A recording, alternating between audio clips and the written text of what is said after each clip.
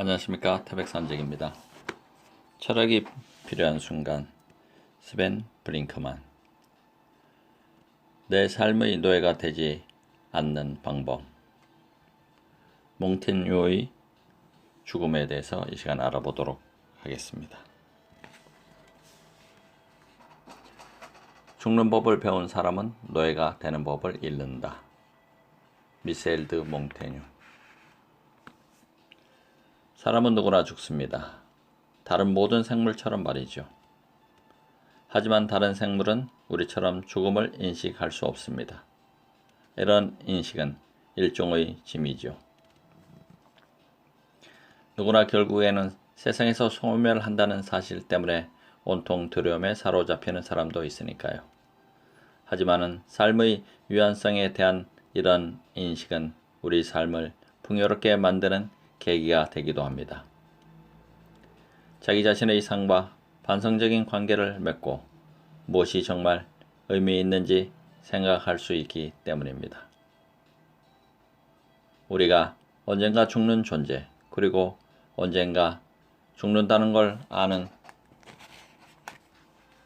존재가 아니었다면 우리가 살아가면서 바라는 모든 일을 성취할 수 없다는 점도 이해하지 못했을 겁니다.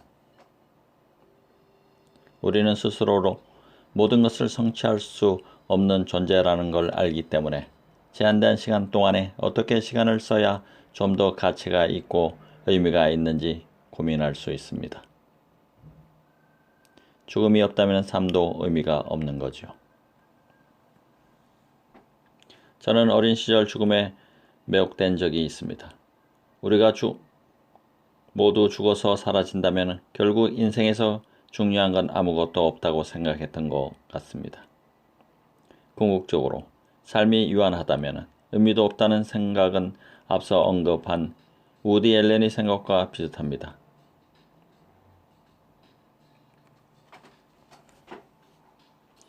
어린이 되어서도 여전히 그런 생각을 하게 되기도 하지만 이제는 그 생각을 반대로 뒤집어서 말하려고 합니다. 바로 우리가 죽는다는 사실 때문에 삶의 모든 것이 의미가 있다고 말입니다. 우리가 유한한 시간을 산다는 것 사실 때문에 우리가 경험과 행동은 비로소 의미와 가치를 지니게 됩니다. 철학자 한스 요나스는 무심한 우주에서 가치가 생겨날 수 있는 좁은 문을 제공하는 것이 바로 덕이라고 말합니다. 만약 사람이 영원불멸의 존재라면 용기나 인내, 자기 희생 같은 덕이 굳이 중요하게 생각할 필요도 없을 겁니다. 존엄성이나 사랑, 용서 같은 것도 크게 의미가 없겠죠.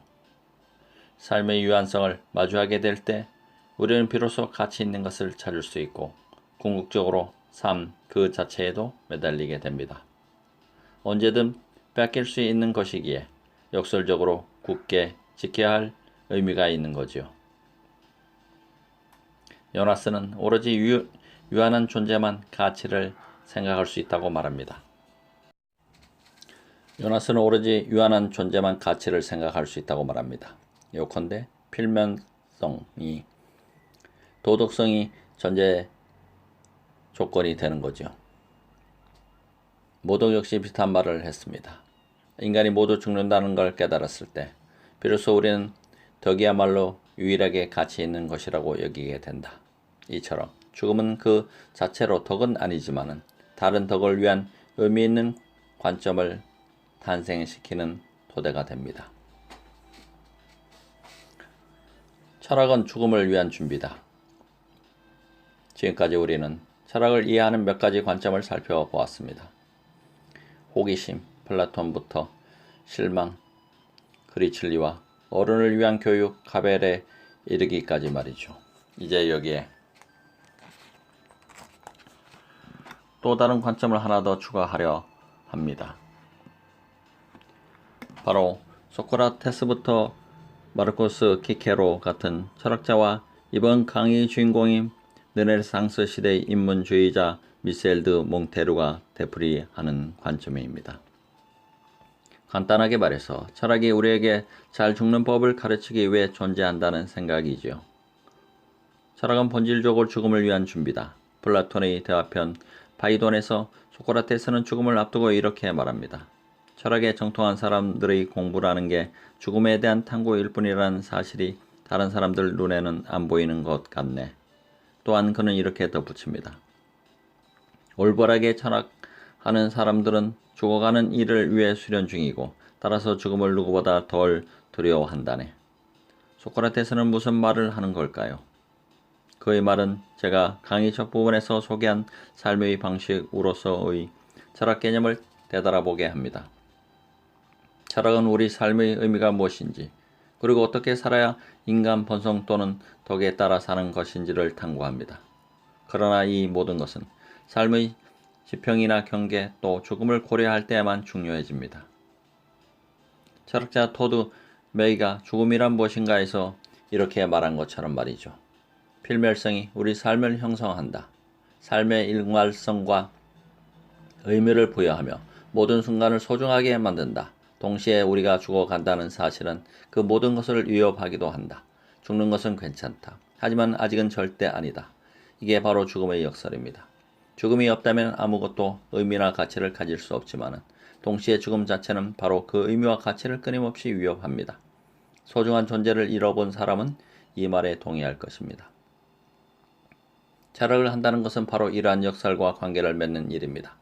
소크라테스는 철학이 죽음을 위한 수련이며 철학의 중요한 목표 가운데 하나는 우리가 죽음을 덜 두려워하게 만드는 것이라 말합니다. 세네카와 에피테토스스, 아우렐리우스를 비롯한 스토아학파 철학자들은 메메토 모리, 즉 내가 죽어야 한다는 사실을 기억하라 라는 말을 매일 상기하면서 최대한 죽음에 대한 공포를 없애는 일에 매달렸습니다. 삶에서 가장 궁극적이고 비극적인 부분을 계속 성찰하다 보면 어느덧 그 생각에 익숙해지고 평온해지게 됩니다. 이와 반대로 죽음의 등을 돌린 채 마치 그 일이 일어나지 않을 것처럼 여긴다면 결코 그런 경지에 닿을 수 없지요. 죽음에 대한 인식은 키르케고르와 하이데거의 실존주의 철학에서도 매우 중요한 주제였습니다. 이들은 인간이 오직 죽음과 관계할 때에만 진정으로 살 수 있다고 믿었습니다. 하이데거는 이를 죽음으로 향한 존재라 불렀지요. 저는 이 개념을 스탠드펌에서도 다룬 바 있습니다. 자, 그럼 이제 인문주의자 몽테뉴가 어떻게 죽음에 접근했는지 살펴보도록 하겠습니다. 불안과 자유. 16세기 프랑스 보르도의 귀족 몽테뉴는 보기 드물게도 전인적이면서 인문적인 교육의 혜택을 누렸습니다. 1571년 38세 생일에 궁직에서 물러난 그는 몽테뉴 성의 탑에 10년간 자신을 고립시킵니다. 탑에서 무려 1,500원이 넘는 장서를 갖춘 소고가 있었지요. 당시로서는 놀라운 수준의 장서량이었는데요.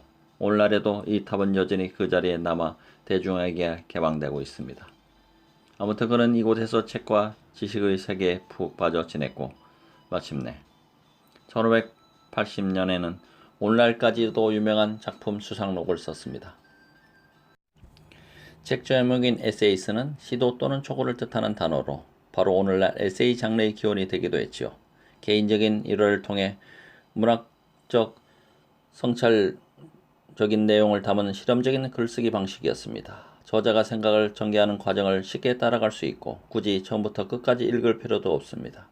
몽테뉴가 탑에 의존하지 않았더라면 오늘날 에세이 작가들은 지금과 같은 글을 쓰지 않았을지도 모릅니다. 수상록에서 몽테뉴는 자기 생각을 그야말로 자유롭게 펼치면서 유목민이 이동하듯 이 주제에서 저 주제로 전환해가며 글을 씁니다. 예컨대 에세이 한 편은 식인종의 특징에 대해 쓰고 다른 한 편은 자신이 느낀 외로움에 대해 쓰는 형식입니다. 이런 의미에서 그는 칼 오베 크나우스와 같은 오토픽션 저자의 개인 경험을 주로 끌어다 쓰는 일종의 자서전 같은 소설로 프록 같은 소설적 요소가 잘 드러나지 않는 경향이 있다. 작가들이 선배이기도 합니다. 몽테뉴는 수상록을 출판한 뒤 공직으로 돌아갔고 보르도 시장으로도 일했습니다. 1592년 세상을 떠나기 전까지 유럽 곳곳을 돌아다니기도 했지요.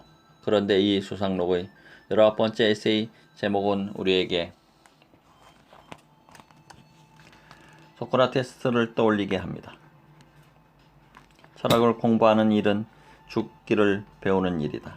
이번 강의 첫머리에 등장하는 인용문이죠. 같은 글에서 좀 더 인용해 보겠습니다. 죽음 이후 우리를 어디에서 기다리는지는 확실하지 않다. 모든 곳에서 죽음을 찾자. 죽음을 미리 생각하는 것은 자유를 미리 생각하는 것과 같다. 죽기를 배운 사람은 노예가 되는 법을 잃는다. 삶을 잃어버리는 일이 나쁘지만은 않다는 사실을 제대로 이해한 사람은 삶에서 나쁠 것이 아무것도 없다. 죽는 법을 아는 것이 우리를 모든 굴종과 속박으로부터 구원한다. 몹시 흥미롭고 도발적인 생각입니다. 우리가 대개 죽음을 한계로 생각합니다. 우리가 삶을 자유롭게 살 수 있는 능력과 기회를 제한한다는 것이죠. 그러나 몽테뉴는 반대로 생각합니다. 우리가 죽음을 올바로 이해할 때에만 비로소 자유로울 수 있다는 거지요. 그의 편을 빌리면 죽는 법을 배운 사람은 노예가 되는 법을 잃는다는 것입니다. 죽음을 이해하는 법을 배우지 않고 그 의미도 인식하지 못하면 우리는 삶이 짧고 유한하다는 것을 이해하지 못한 채 중요하지 않은 일로 시간을 낭비할지도 모릅니다. 아무렇게나 스쳐 지나가는 욕망과 충동의 노예가 되며 삶을 보편적인 관점에서 생각하지 못하게 됩니다. 위에서 인용한 단락 바로 이 부분에서 몽테뉴는 죽음의 상징, 이를테면 인간의 해골 따위를 호화로운 연회장 한편에 전시하고는 했던 고대 이집트의 특이한 관행에 대해 묘사합니다. 몽테뉴에 따르면 고대 이집트에서 연회를 시작하기 전에 하인을 시켜 이렇게 선언하게 했다고 합니다. 지금 마음껏 마시고 즐기시오. 그대가 죽으면 저런 모습일 테니.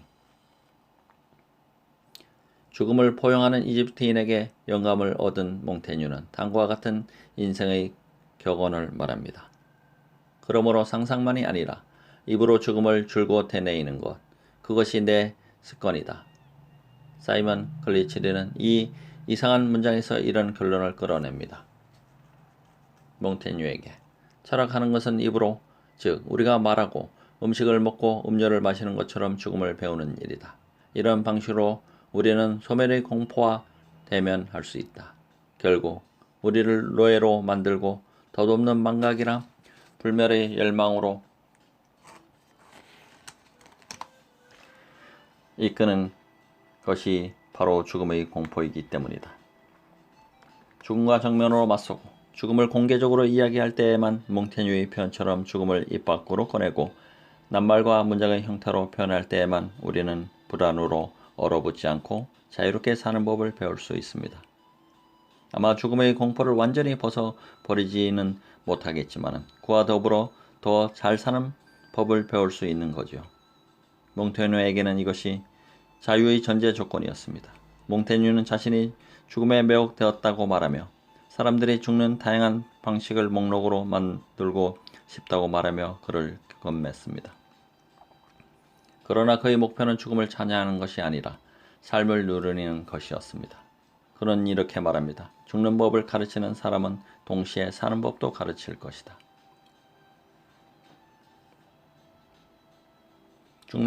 죽음을 생각해야 삶의 주인이 된다. 2세기 그리스의 풍자 작가 류케아노스는 대화편 카론에서 인간의 존재를 애처롭게 묘사합니다.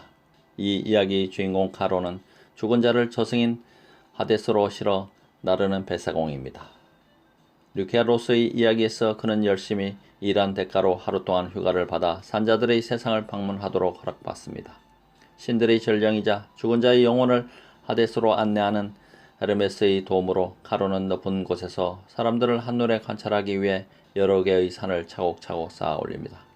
카론은 사람들을 관찰하다가 그들에게 공통점이 있다는 사실을 발견합니다. 부유한 자든 가난한 자든 삶이 고통으로 가득하다는 것이죠. 카론이 이렇게 말합니다. 그들이 모두 언젠가 죽는다는 사실을, 지상에서 잠시 머물다가 삶이라는 꿈에서 깨어나면 다시 모든 것을 두고 떠나야 한다는 사실을 분명히 이해한다면 사람들은 더 현명하게 살면서 죽음을 그다지 걱정하지 않을 텐데. 소크라테스와 루키아노스, 스토아 학파 철학자 몽테뉴를 관통하는 하나의 생각은 지금 여기서 살아가는 삶의 중요하다는 사실을 깨닫기 위해서는 죽음에 대한 관심이 필요하다는 것입니다. 즉, 메멘토 모리가 중요합니다. 데므로 게테가 소설 비네름 마이스터의 수업시대에서 말한 것처럼 메멘토 비베레, 당신이 살아야 한다는 것을 기억하라 하게 만들기 때문입니다. 이런 생각은 오늘날 무산 자기 개발서와 까르페 디엠 같은 문신묵고의 유행 속에 여전히 남아 있습니다. 덴마크 유명한 라이프 코치인 소피아 매닝은 대체 뭘 기다리는 거야? 라는 책의 첫 부분에서 메멘토 모리에 대해 이렇게 말합니다. 지금 당신에게 엄청나게 중요해 보이는 모든 것이 사라질 것이다.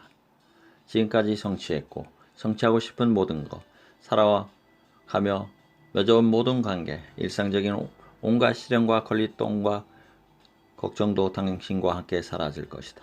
그러니 이 짧은 삶을 왜 스스로를 파괴하는 일에 보내는가? 우리 존재는 밤에 날아다니는 반딧불이와 같다. 삶은 잠시 후 타오르고 나면 사라진다. 이것이야말로 우리가 사는 세상에서 그 무엇보다도 큰 영감을 주는 생각이다. 당신은 바로 이곳에 매우 짧고 집약적으로 머문다.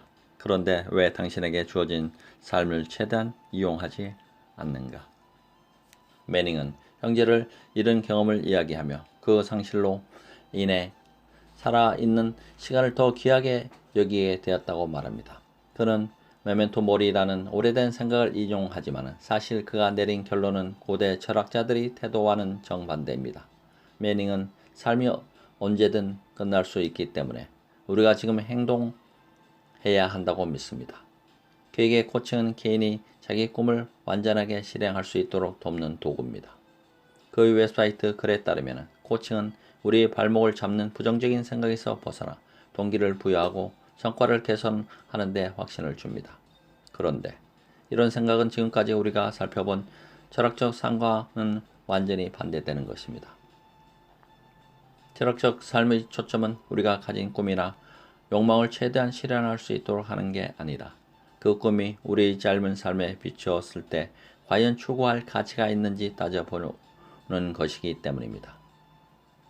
저는 코칭 자체를 완전히 반대하지는 않습니다. 다만 메멘토 모리에 대한 전형적인 이해가 얼른 서둘러 꿈을 찾으라고 꿈을 막는 장애물을 치워버려 라는 식이 되어서는 안 되며 그런 메시지는 다시 한번 돌아볼 필요가 있다고 생각하는 것이죠. 서둘러 꿈을 찾으라는 태도는 마음의 평화와 성찰을 추구하는 철학과는 거리가 멉니다.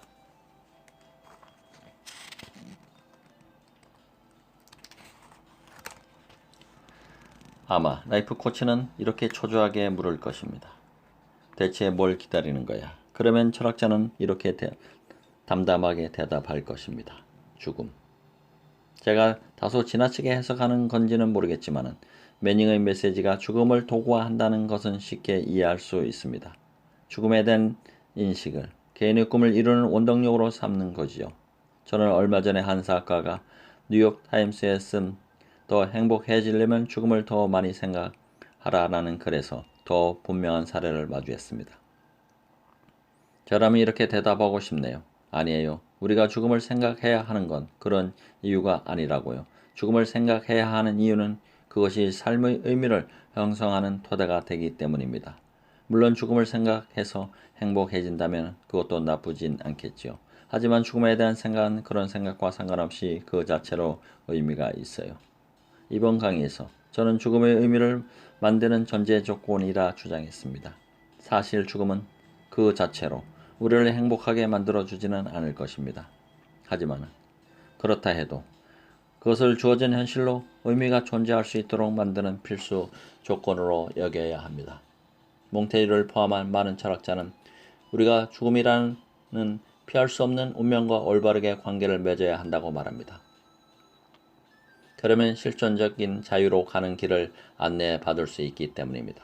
죽음은 그 자체로 우리가 의지해야 할 삶의 관점인 아니지만 다른 관점들이 존재하기 위한 필수적인 토도가 되는 거죠. 이제 덴마크의 시인 리스비에르 톰센의 짧은 시를 소개하면서 이번 강의를 마무리하려 합니다. 이 시의 톰센은 죽음의 중요성에 대해 살아있는 내내 우리와 함께 죽음에 대해 말합니다. 톰센에게 죽음은 우리의 탄생과 동시에 시작해서 삶이 끝났어도 멈추지 않는 하나의 과정인 것입니다. 아마 어느 3월 밤 한순간이 지날 때마다 나는 조금 죽어간다. 살아가는 내내 나는 죽음을 안고 다닌다. 비가 내리고 날씨가 풀리는 따뜻한 어느 밤 아마 3월에 나는 어둠 속으로 들어서고 있다. 죽어감을 멈출 것이다. 내 삶의 노예가 되지 않는 방법은 몽테뉴였습니다. 감사합니다. 태백산직입니다.